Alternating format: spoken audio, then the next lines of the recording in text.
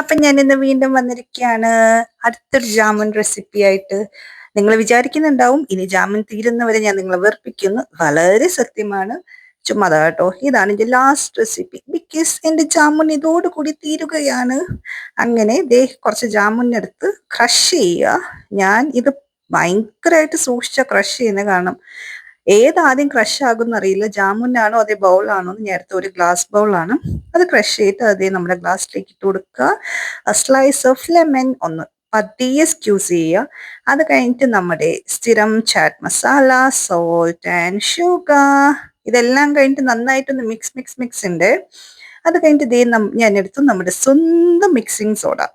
എന്നിട്ട് അത് തുറന്നപ്പോഴത്തേക്കും ദേ നന്നായിട്ട് ഫിസുന്നുണ്ട്. എന്നിട്ട് അത് ആ മിക്സ്ചറിലേക്ക് അങ്ങോട്ട് ഒഴിച്ചു കൊടുക്കുക. ദേ കണ്ടു, ഈ സോഡ നുരഞ്ഞു പൊങ്ങുന്ന പറഞ്ഞാൽ നല്ല രസമാണ്. എന്നിട്ട് ഒരിക്കൽ കൂടെ മിക്സ് എന്നിട്ട് സ്ലൈസ് ഓഫ് ലെമൺ. അപ്പൊ നമുക്ക് കിട്ടിയല്ലോ, ഇതാണ് നമ്മുടെ സ്വന്തം ജാമുൻ മൊഹിറ്റോ. കുറച്ച് ജാമുൻ അവിടെ ഇവിടെയൊക്കെ കിടക്കുന്നുണ്ടെങ്കിലും നല്ല ടേസ്റ്റ് ആയിരുന്നു, എനിക്കിഷ്ടപ്പെട്ടു. അല്ലെങ്കിലും ഞാൻ ഉണ്ടാക്കുന്ന എല്ലാം എനിക്കിഷ്ടമാണല്ലോ. അത് കഴിഞ്ഞിട്ട് ദേ അടുത്ത എൻ്റെ ഗിന്നിപ്പിക്കായ തക്കൂന് കൊടുത്തു അത് പരീക്ഷിക്കാനായിട്ട്. അങ്ങനെ അവളും കുടിച്ചു. അവക്ക് വലിയ പ്രശ്നമൊന്നുമില്ല, അവളാണ് ക്വാർട്ടറും കുടിച്ചു തീർത്തത്. അപ്പം ഈ വീഡിയോ ഞാൻ പ്രത്യേകം സമർപ്പിക്കുന്ന എൻ്റെ ഒരു കൊലീഗ് ഉണ്ട്, പുള്ളിക്കാരി ഇന്ന് എന്നെ കളിയാക്കിയതേ ഉള്ളൂ. അപ്പോൾ ഓഫ് ടു യു. ഇനി ഇതുപോലത്തെ വീഡിയോ വീണ്ടും താങ്കൾക്ക് പ്രതീക്ഷിക്കാം.